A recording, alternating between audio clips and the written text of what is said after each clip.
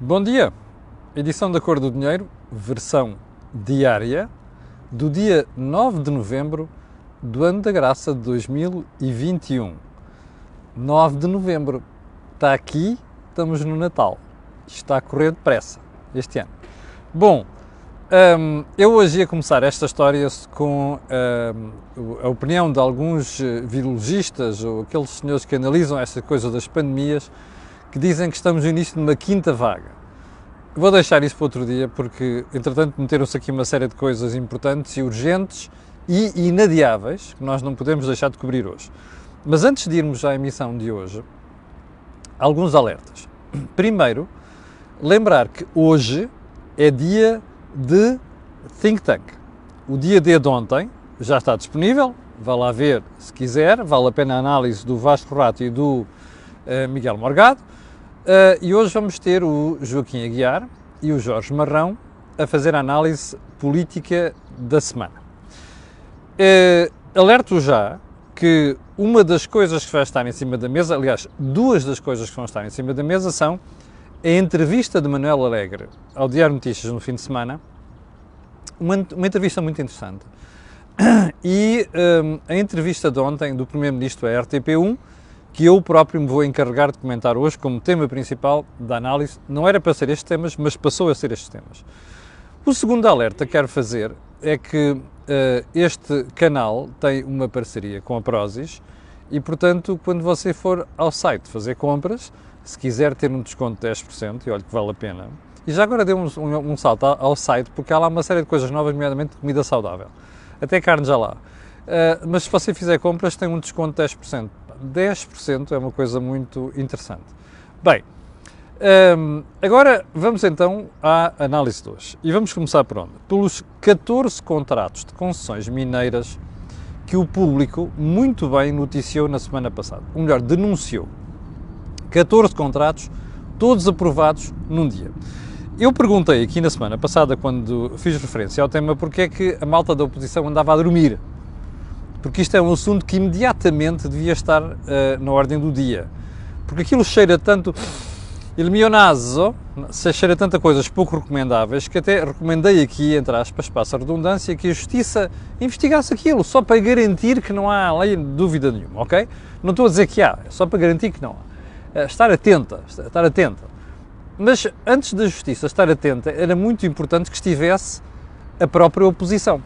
Bom, a oposição acordou ontem, segunda-feira, antes tarde que nunca, mas quando o PSD ontem pediu ao Ministro para explicar isto, o Ministro mandou à internet.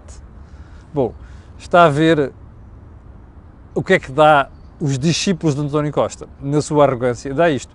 Este senhor ainda não percebeu que é um criado da República, não é? Um Ministro quer dizer criado, servidor, e portanto ele tem de explicar. Quando em democracia lhe pedirem uma explicação, não é dizer arrogantemente vão ver à internet. Vamos lá ver se este assunto é escalpelizado, que é para nós não ficarmos com aquele il mio naso, ok? Segundo ponto, Paulo Rangel está a fazer questão de explicar ao país que ele não corre para ser vice de ninguém e o PSD também não corre para ser segundo de ninguém. Ora, eu fico muito contente de ver isto, já disse aqui várias vezes, eu não tomo partido nestas lutas, mas confesso, Rangel nem sequer seria o meu candidato, mas, e repito, eu não tenho filiação partidária nenhuma, voto à direita, voto na área da social-democracia, e já agora uma coisa, pelo caminho que a direita está a tomar, eu não vou votar em certos partidos, e hei de explicar isso à medida que se aproximar as eleições, que é para a malta perceber, em certos partidos, inclusive nos partidos mais pequeninos, que ou ganham juízo, e a direita vai com uma plataforma conjunta, ou então vão ser penalizados. Eu vou-me encarregar como eleitor de penalizar alguns desses partidos. Mas já lá vou.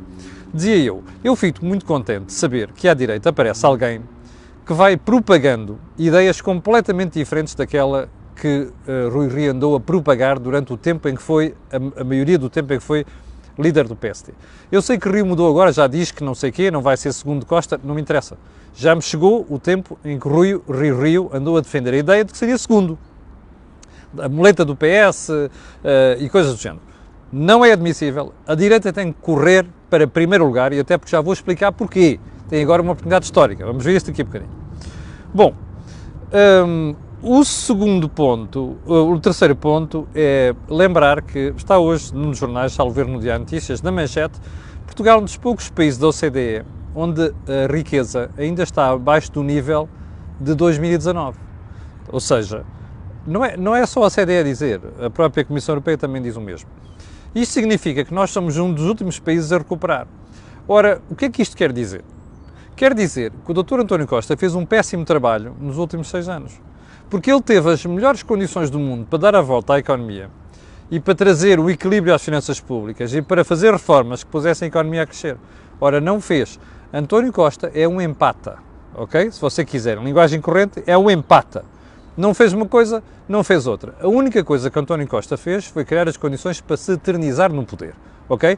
E eu espero que isto seja penalizado nas próximas eleições. Bem, vamos lá então para os assuntos principais.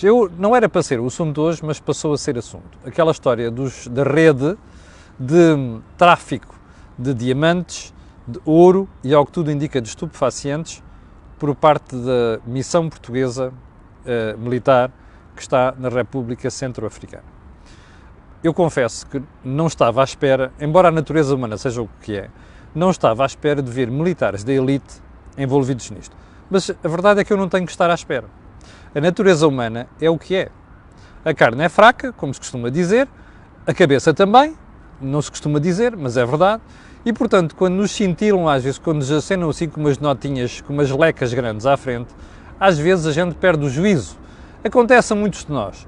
Infelizmente aconteceu a estas pessoas e elas deixaram-se envolver numa teia perigosíssima. Bom, uma teia que constitui crime a vários níveis, que, pelos vistos, estava integrada numa rede mais global. Bom, primeiro ponto que tenho para dizer isto é, eu não faço equivaler o que se passou à instituição militar. Tenho um respeito enorme pela instituição militar e tenho um respeito enorme por uma força de militares chamada comandos. E, portanto, parece que algumas pessoas estão envolvidas aqui. É bom não esquecer que isto não é instituição militar. Isto são titulares momentâneos de cargos numa instituição militar, ok? Isto não borra o nome dos militares e da instituição militar. Isto suja o nome das pessoas envolvidas, apenas isso. É grave, ainda para mais, tratando-se de militares de elite. E eu espero que este caso vá até às últimas consequências, porque quem estiver envolvido nisto e se ficar provado em tribunal, tem de ser severamente punido. Agora, vêm as atenuantes. Primeiro ponto.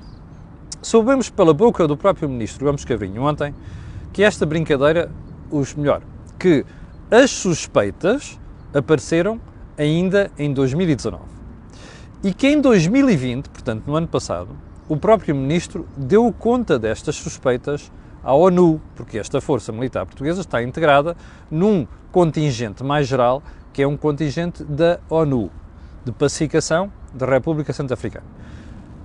Segundo ponto, ainda nesta matéria, é reconhecido o papel que os militares portugueses têm desempenhado, o que não me surpreende nada, porque nós somos dos melhores do mundo a entender populações diferentes das nossas.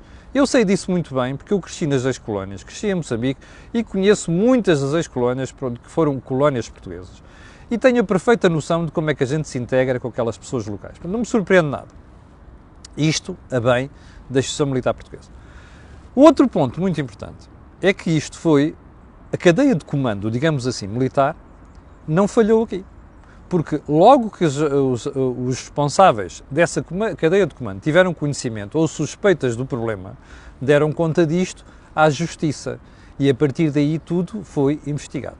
O que é que complicou aqui esta brincadeira? O facto de estarem a haver aqui criptomoedas envolvidas. Como você sabe, é muito difícil traçar o rastro e apanhar crimes envolvidos com criptomoedas. Mas a verdade é que parece que as autoridades encontraram matéria suficiente para deter as pessoas e fazer as respectivas investigações. Só podemos pedir uma coisa, que essas investigações sejam corretas e sejam céleres e se apurar alguém culpado, que seja severamente punido. Agora vem a questão mais importante disto tudo, que como cidadão me incomoda e me preocupa. A Constituição da República Portuguesa define o Presidente da República como o comandante-chefe das forças militares, certo? Está lá escrito. Já não me lembro qual é o artigo, mas está lá escrito que eu estudei. E estudei a Constituição durante 2 anos. Então, ficámos a saber ontem, pela boca do próprio Presidente da República, e depois confirmado pelo Ministro da Defesa, que o Presidente da República nunca foi informado destas suspeitas. Isto, como eu costumo dizer, se me ponem los pelos de punta. E porquê? Porque não me passa pela cabeça que o Ministro da Defesa, tendo tido conhecimento destes assuntos, nem sequer tenha brifado o Presidente da República sobre as suspeitas. Não é sobre os factos. Por factos, eles ainda não os tinham apurados. Ora bem, o Ministro da Defesa, que decide comunicar à ONU as suspeitas e não comunica ao Presidente da República, levanta muitas questões. E mais, se nós somarmos este episódio, que já vem de 2019 e 2020, àquele recente da destituição do chefe de Estado-Maior da Armada para ir a correr nomear Gouveia Melo, isto diz muito mal de João Gomes Cravinho. Eu não quero saber se isto é matéria de justiça ou não. É verdade que é matéria de justiça. O problema é que é matéria de justiça que se passa dentro da instituição militar. Ora, o topo da hierarquia da instituição militar, embora politicamente eleito, chama-se Marcelo Rebelo de Sousa, porque ocupa temporariamente o cargo de Presidente da República. E eu espero que a imprensa grelhe suficientemente o Ministro da Defesa para ele dar uma explicação decente e cabal sobre isto.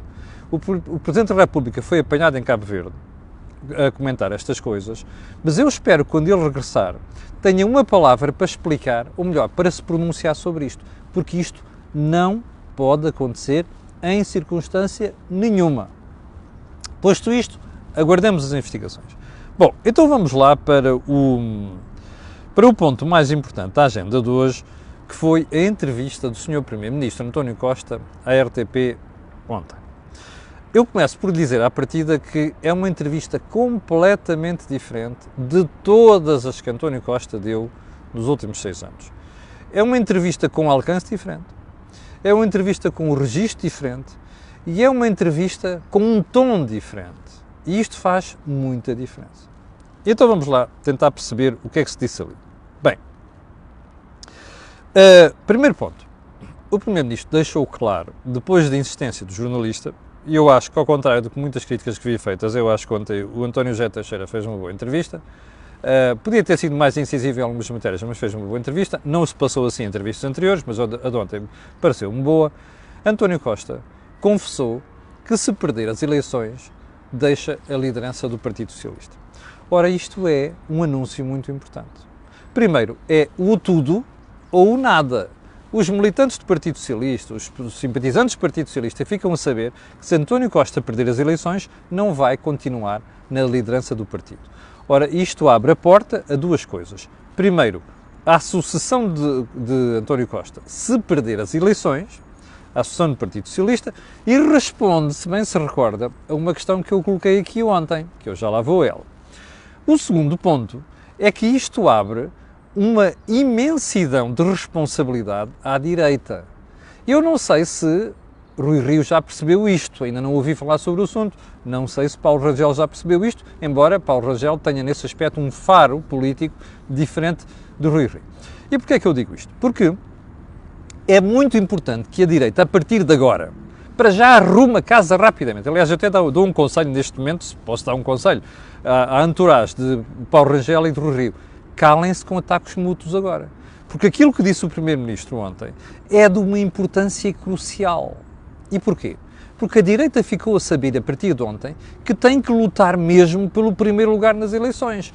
Primeiro, porque é a forma de correr com o António Costa do poder, que foi ele que disse que vai sair, não é só do Primeiro-Ministro, é inclusive é líder do Partido Socialista, e António Costa fez muito mal ao país nos últimos 6 anos.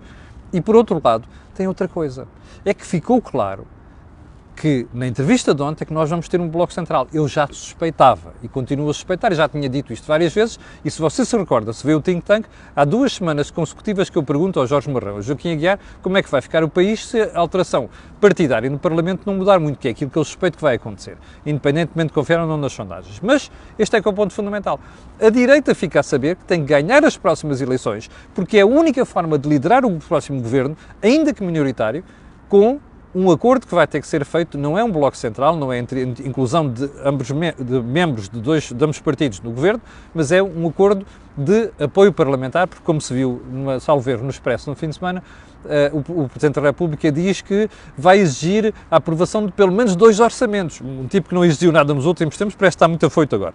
Mas enfim, portanto, esta é a primeira conclusão importante. A segunda conclusão importante, no alcance, no registro e no tom, é que António Costa veio deixar claro ontem que está disposto a negociar com todos. Diz que, sim, ainda podemos negociar com o PCP e o Bloco de Esquerda. Eu achei fantástica aquela declaração de que, eu ouço as pessoas e tal. Ou votanas é que houve. Mas pronto, isso é outra história. Mas enfim, o problema é que ele agora vai ter que ouvir. Porquê? Porque acabou a aliança à esquerda, mas acabou mesmo, como se percebe, as declarações de Jerónimo de Sousa, de Catarina Martins, o próprio Manuel Alegre, na entrevista que deu ao Diário de Notícias, mas o próprio Partido Socialista já percebeu que acabou a geringonça, acabou a aliança à esquerda. Portanto, Costa admite conversas à esquerda, mas muito importante, uma coisa que não tinha admitido até agora, que é conversar à direita. Já percebeu porque é que é importante o PSD ganhar as próximas eleições? Porque é o maior partido da oposição? E eu suspeito que vai haver voto útil no PSD, e há muita gente à direita, desde o CDS, até uma parte do Chega e uma parte da Iniciativa Liberal, vão ter uma surpresa. Porque eu acho que isto vai polarizar o voto no PSD. E vamos ver, e vamos se eu estiver enganado, na altura pedirei desculpa. Mas enfim, este é que é o ponto importante. É que o PSD tem aqui a oportunidade de claramente dizer assim, não, nós ganhamos as eleições, nós é que vamos liderar este governo. Isso é muito importante. Vamos ver o que é que os candidatos do PSD dizem sobre isto nas próximas semanas. Bom, como é que António Costa, voltando a esta questão de estar pronto para negociar direito, como é que António Costa justificou isto?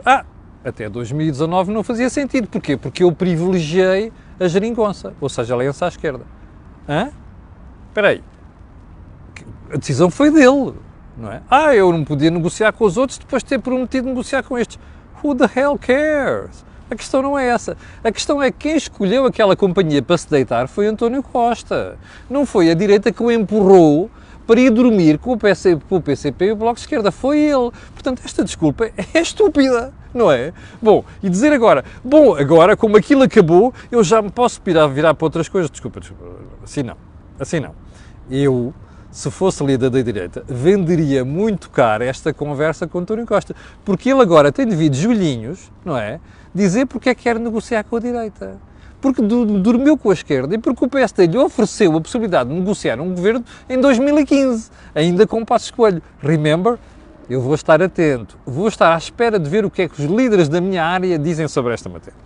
Bom, ainda sobre esta matéria, lá se vai a teoria de que afinal o PS precisa mesmo da direita para governar. Remember? Duas coisas. Primeiro, António Costa disse ao Expresso, há cerca de um ano, há pouco mais de um ano, que no dia em que precisasse do PSD acabava o governo. Depois acabou o governo, este é outro governo, sim senhor, mas não sei se faz sentido neste momento haver um novo governo com a direita. Segundo ponto, parece que Pedro Nuno Santos vai tomar um grande chá, não é? Porque ele é que disse que o PS nunca mais precisaria para a direita para governar. Salvo erro numa entrevista ao público, já não me lembro quando é que foi, mas foi aqui há 2 ou 3 anos. Portanto, vão engolir isto tudo. Bem, eu só estou para ver o que é que a direita vai dizer isto. Bem, agora vem a parte do eleitoralismo na entrevista, não é? Só mais uma coisa muito importante. Não sei se reparou, mas houve 2 vezes na entrevista em que António Costa fez questão de reivindicar uma maioria absoluta, mas, como dizem os americanos, stopped short nesta matéria. Porquê? Porque a tendência aqui é para confundir uma maioria absoluta do PS com aquilo que fez José Sócrates. E é verdade, sejamos honestos, António Costa não disse ali o nome de José Sócrates, mas toda a gente percebeu qual era a fotografia que estava na parede ao fundo de onde ele estava a ser entrevistado. Era a fotografia, entre aspas, obviamente, não é? E de sentido figurado, de José Sócrates. Isso foi muito importante. Já agora uma coisa, eu espero que não dei maioria ao PS, porque se ele já foi arrogante e já fez o que quis e já condicionou decisões no país e tentou ser um pretor agora, sem maioria, imagina o que é que seria António Costa com uma maioria absoluta. Portanto, espero bem que quem está desse lado pense 2 vezes. Bem, agora vem a parte das promessas e a parte do eleitoralismo, que a entrevista também teve disto. Porque começaram as perguntas sobre, então, mas quais é que o senhor não está demitido, o governo mantém as suas funções, o que é que o senhor pode fazer, mesmo depois da dissolução da Assembleia da República? Coisas extraordinárias não, mas coisas ordinárias sim. Coisas extraordinárias. Está o aumento normal das pensões, o aumento dos salários da função pública. Espera aí. O que é que não pode ser feito? As coisas extraordinárias. Quais são as coisas extraordinárias?